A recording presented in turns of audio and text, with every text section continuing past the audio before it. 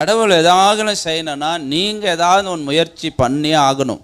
இந்த கடனை அடிக்கணும், இந்த கடனை போகணும். சும்மா மாதுளம்பம் செடி கீழே என்ன செய்யணும் கூடாது, உட்காந்து கூடாது. வீட்டு நிழல்லையே டிவி இப்போ நிறைய பேர் கடை இருக்குது, பிரச்சனை இருக்குது, எல்லாம் இருக்குது. ஆனால் டிவி மாத்திரம் ஓடினே இருக்குது 24 hours. அதுக்கு எப்படியோ காசை கட்டிடுறோம்.